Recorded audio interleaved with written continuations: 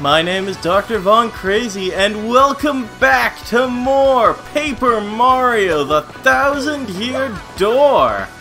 Last time, we found the way to get to Twilight Town, and this time, we'll be clearing up every loose end around Rougeport.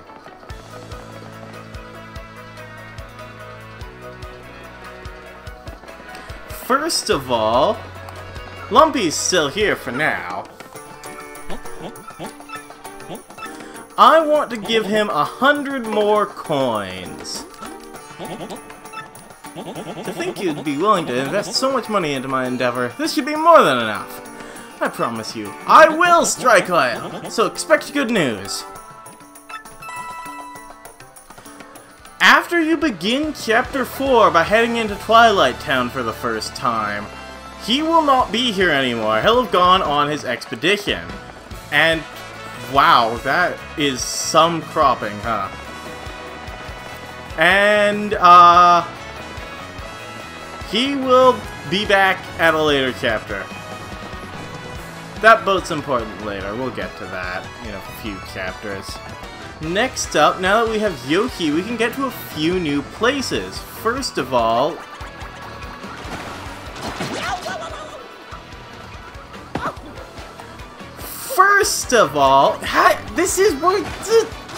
this works, I swear! There! Third tries the charm. You can climb up these buildings, now that we can cross that gap without the bridge. And we can head across here. You might have seen the star piece here earlier. And way in the back here, there's a Shine Sprite. There's actually a few of these that we can get in Rougeport now that we have Yoshi. And across here, if I remember correctly, yeah, second Shine Sprite. Aha! I knew there was a way to get to that area in the background. I just forgot how. It's literally right here, though, so I really should have found it earlier. Back here, you could have done this in Chapter 1, but you can get to this building. Hello, welcome. I'm Merlee, underground, cute as can be. A charming charmer, that is me. Lucky for you coming here, I grant good fortune, have no fear. Let my mystic power tell of days to come, more as well, for luck sits on my spells. What do you say, Mr. Guy? Want to give it a try? Are you ready for a taste of power? Let's have her cast a spell on us. The Special Path. 50 coins. Okay, that's fine by me. So ready for me? Okay, here we go.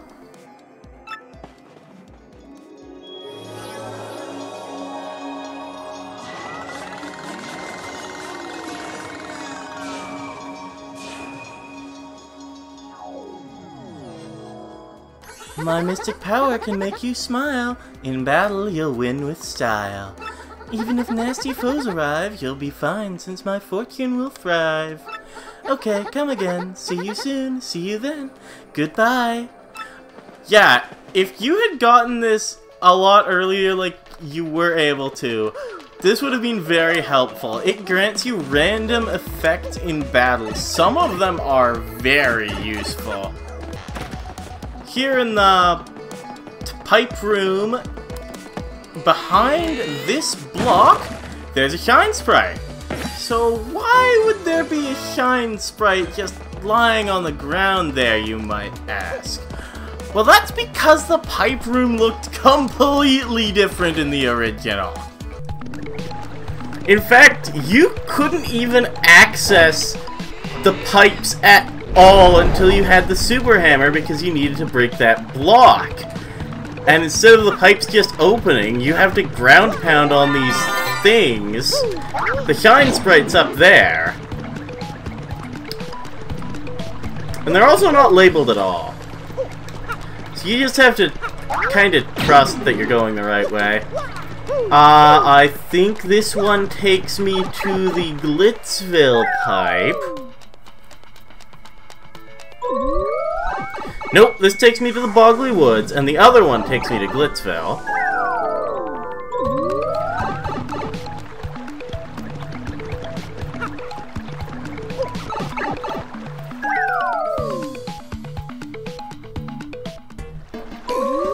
No, this one takes me to Petalburg, right.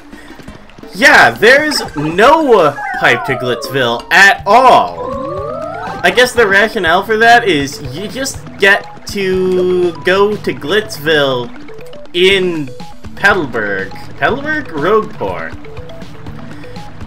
And there's 2 more pipes, but, well, we've got this big block in the way, similar to the one we see in the remakes room, but that one also has a secret behind it. Instead of being a literal roadblock, you can't actually get all the way through the pipe room until you get the upgraded hammer. Meaning it's going to be a bit before you can do that in the original, even though you can do that right now in the remake. I missed something in the 1000-year door room of all places as well. No, wide plane. Across the way here, if you jump on the spring, there's a shine sprite for you. You could have gotten this as soon as you completed Chapter 1, which means you can actually upgrade Flurry before even heading to Glitzville. And I totally missed it. I never did everything there was to do in this area, so I can just break that block and get a gradual syrup from here. That's not incredibly useful, really. You can actually get in this area between Chapter 1 and 2. And I don't know if there's a way out. I might have to start up a new file and test that. Well, you can certainly get there no problem. And get your gradual syrup out of it. But you're definitely not stuck here. First of all, coming in here unlocks the Petalburg pipe, meaning this is actually the only way to get just the Petalburg pipe.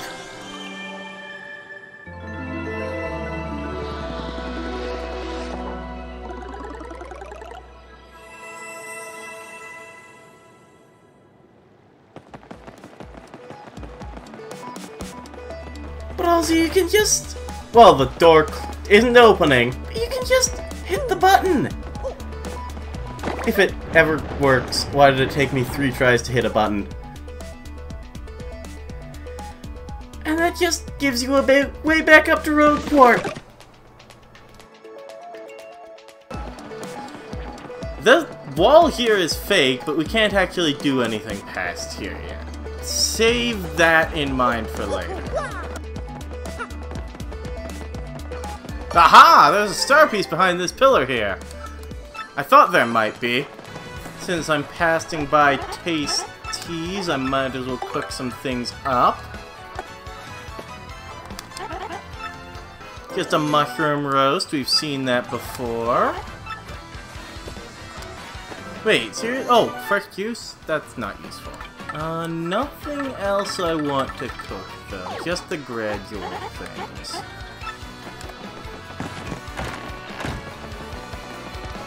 Do you have anything interesting right now? You've got Jumpman again. That is a good one. I may as well pick it up. It's a very good badge. Slow Go is less so. Slows down the party's movement speed on the field. You don't need that ever. Oh, there are new badges in the regular badge shop. Power Rush increases your attack power by 2 when Mario has 5 HP or less. That's a very good one if you're doing a strategy like that. Ice Smash can freeze one enemy. Not the best thing ever, but you might find a use for it. I'm not gonna pick it up, though. Oh, what's the sign say? The Great Gonzalo is crowned champion of the Glitz Pit, but he turned down the belt. In the graffiti corner, the Great Gonzalez rules! He may be even stronger than Prince Muck, yeah! A fighting fan. I might have read that before. We've got enough Shine Sprites by far to upgrade our Yoshi. So let's do that.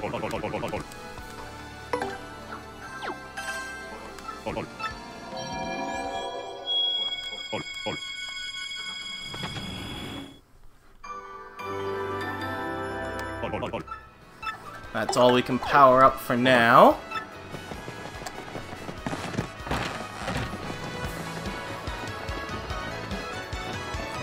Now let's head into the Trouble Center to see if we can do anything here. I don't think I can actually get a Heartful Cake right now.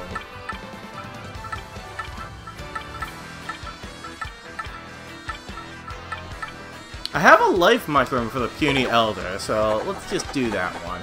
I'm getting up there in years, so I want to get me some insurance. A life mushroom. I'm in no big hurry, but sometime before my time comes would be nice. Please meet me in the Great Tree in Bongley Woods. Yeah, let's take on the Puny Elder's trouble.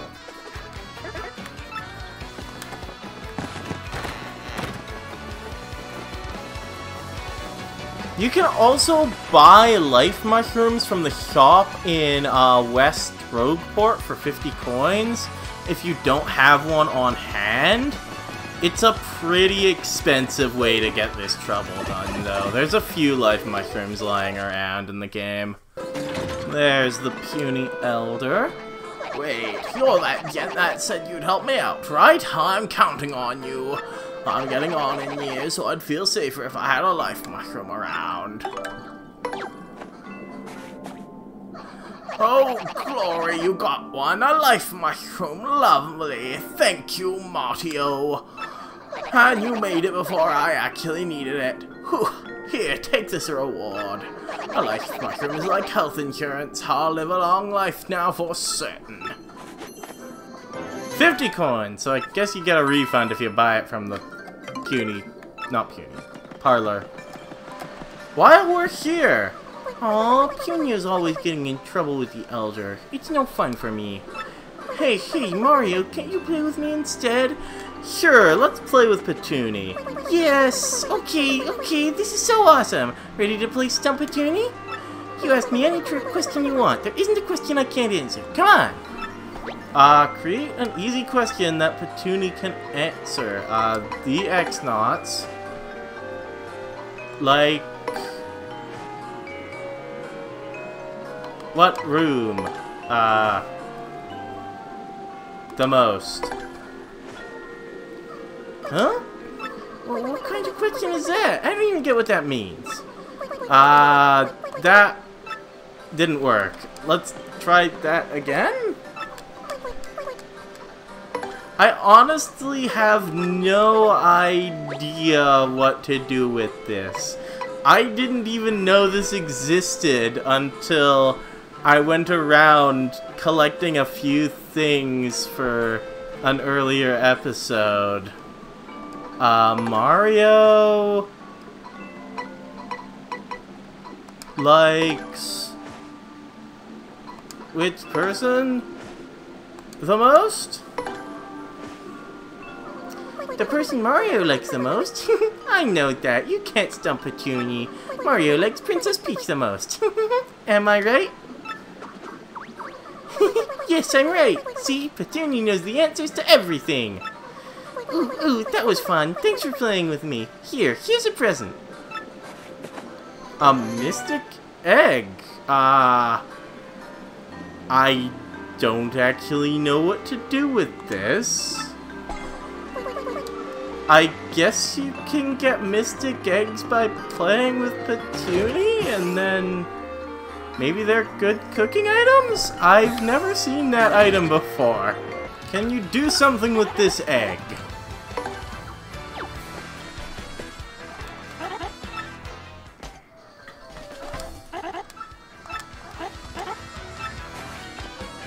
Fried egg, 10 HP, not bad.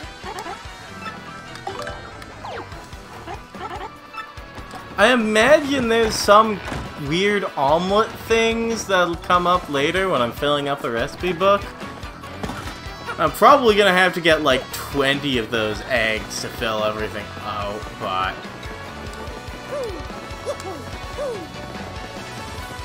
well, now I know how to get them at least. I'm in the area, so I might as well check out the Happy Lucky Lottery. Not even close.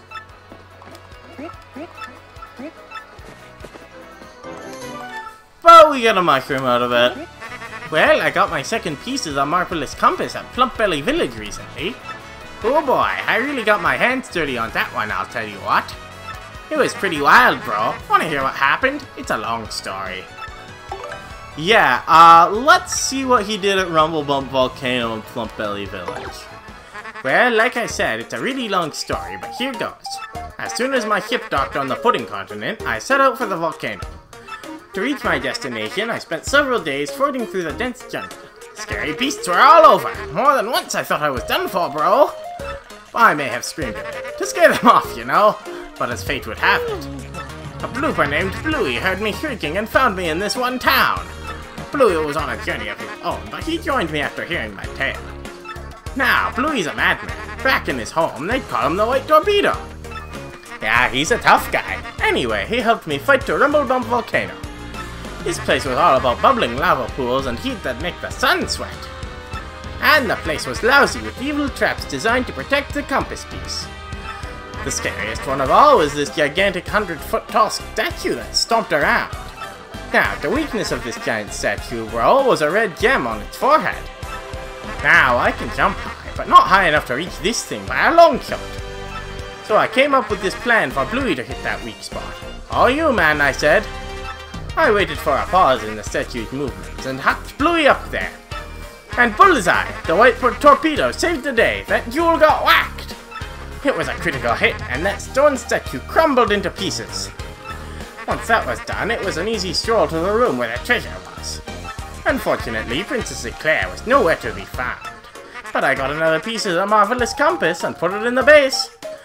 Now the compass pointed west to Plump Belly Village on the Strudel continent. So I set sails once again and came back here to Rougeport to recharge. That's what happened to me lately, but I'll be heading back out soon. And Plump Belly Village. Well, like I said, yeah, long story. Once we made landfall on the Strudel continent, we made for Plump Belly Village. When we got there, though, we immediately noticed that something was wrong. We learned from the mayor that the town was ruled by a giant snake named Hiza. He said the beast demanded he offer up his own daughter as a sacrifice, too. So, of course, being heroic, I offered myself up to go in her stead. Brave, huh? Now, the custom was for sacrifices to be dressed up as brides, so I got all dolled up. I was one hot sacrifice, bro. I looked so good I fooled our foes and got in Hiza's lair. It was kind of rough fighting in that town, but I managed. Chiffon really chafes, bro. I finally found Hiza, and the snake had a second head on its tail. Talk about scary! I fainted real quick, but when I came to, I managed to distract both heads. It reared up, bared its fangs to attack, and at that moment, I deftly lunged left. His gaping mouths smashed into one another, and he vanished in a cloud of smoke. A shining plate fell down on the spot where Hiza's body had been coiled. Yes, another compass piece! I set it, and it pointed east to Circuit Break Isle. Just as I was about to leave town, the mayor asked me to stay and marry his daughter. I thought about it. She was sort of cute, but we ended up sneaking off the next morning. I mean, I still have to save Princess Eclair from the Chestnut King. And when the Marvelous Compass activated this time, I heard somebody's voice. It was so beautiful, bro. I'm certain it was Princess Eclair's voice. My heart began to race. That's when I realized it. Princess Eclair, I think Oh, I kinda zoned out there. So yeah, we set sail again after ditching town. And somehow we managed to get back here to Rougeport, and here I am! That's all the stories I want to hear from you today. What does Goombella have to say about your new partner? That's Gary, Luigi's Bob-omb buddy. He's a little different from most Bob-ombs. He seems rattled and a bit bruised, as if he's taken several lumps to the head from a clumsy bridal decoy. Speaking of which, I wonder how graceful I would be as a bride. Hi, I guess. I'm Gary. I'm a Bob-omb from Plumpbelly Village. Nice meeting you. Sorry I sound so down, but you would be too if you'd seen Luigi's big bridal stunt show. He's so clumsy in heels. He was like a wobbly force of nature, falling down everywhere, knocking things over, tumbling into people. Now I have an obligation to tag along and clear the area if Luigi so much as glances at a stiletto. Somebody has to be the herald of the wobble-pocalypse. That's why I'm sticking close to this guy. Okay then. Well, it's better than his blooper partner, I guess. This guy's dialogue is completely different in the original. Hi, I guess. I'm Jerry. I'm a Bob-omb from Plumbelly Village. Nice meeting you. Sorry I sound so down, but you would be too if you saw Luigi dressed as a bride. I'm serious, it scarred me. It was honestly scarier than that giant snake thing. I feel I now have a moral duty to stop Luigi from ever dressing as a bride again. I have to protect the world from my fate. That's why I'm sticking close to this guy. The new one is better, I think. But with that all done, next time on Paper Mario: The Thousand-Year Door, we're gonna be headed to Twilight Town. See you guys then.